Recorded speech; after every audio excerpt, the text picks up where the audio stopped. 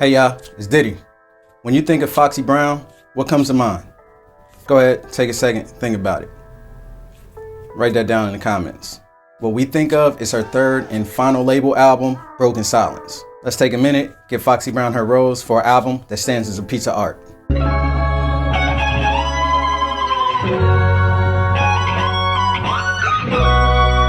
Alright y'all, let me set the stage. 106 in Park is one of the biggest shows on TV. Some of the biggest songs on the radio are I'm a Thug by Trick Daddy, Outkast, Miss Jackson, and Angel by Shaggy. Beyonce is still with Destiny Child, and Jay-Z just did his crazy Summer Jam stage where he dissed Nas, did the whole Ether thing, and then brought Michael Jackson on stage. Inga Merchant and Gavin, her brother, were in the studio cooking up what will become Foxy Brown's best album to date, Broken Silence. Foxy Brown was gone for a while due to life happening, but Broken Silence was something we didn't expect, especially after you heard how China Doll sound, which had a very commercial sound. Broken Silence was different. Not only was it hard, but it was personal, and it also leaned heavily on her Trinidadian roots, giving you that island vibe throughout the album. There were a few different themes for the album. Ventilation was one. Records like the intro, the letter, and Broken Silence. The intro was a pretty good synopsis on the topics that were going to be expressed throughout the whole album. The letter and Broken Silence show Fox being in her most vulnerable state in her whole career.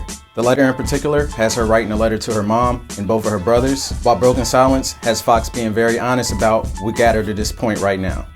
Anthems, the BK anthem, obviously, Fox was definitely going to rep Brooklyn in some form or fashion, so she gave you that. Brown nigga, I represent Brooklyn. Trini Island vibes. Saddest Day, Tables Will Turn, and Oh Yeah. These songs were very popular at the time.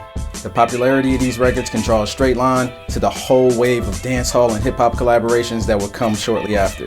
They were not the first of their kind, but they seemed to cause the trend. Oh Yeah and Tables Will Turn got music videos, which could also be heard in any club that you went by or any cars with banging systems playing.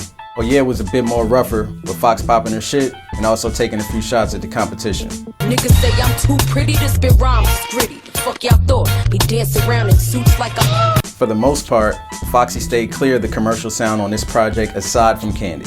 I taste just like candy. So Hot was a record that was on DJ Clue's The Professional Part 2. Candy can be heard in a lot of movies and commercials at the time. Songs of the time: 7:30, Run Your Shit, and Bout My Paper. These are the type of songs that you would probably only get in this era because Timbaland, Swiss Beats, and the Neptunes were the go-to producers that had the sound on lock at the time.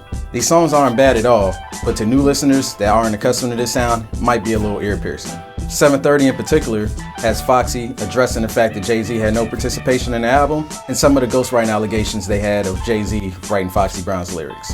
Yeah, I write my it's not a game, so what he wrote some songs, I blew him up the same. Then you got your fire records that pretty much address anything in the industry. Records like Fallin', Hood Scriptures, Nana Be Like, and Run Them. I'm the Prince, not Shima this. Come test me and leave with your best Swiss cheese. Fox took great instrumentals, found some great pockets, topped it off with that confidence that she's always had, and gave the records that extra little kick. There's a few songs that probably could have been cut. Gangsta Boogie and I Don't Care. Billboard chart success is not representative of how well an album is or how well it's been received.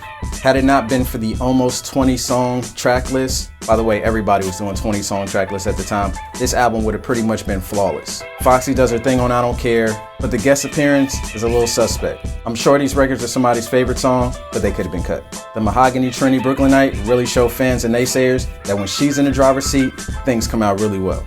I just want to reiterate, this album was mainly done by Fox and her brother Gavin, and this is the best album she's put together. This album has been a big inspiration for many in the industry, especially when it comes to embracing your culture and your music, and also showing how to return after a hiatus. Pressure either busts pipes or it makes diamonds. And for Foxy, she knocked it out of the park.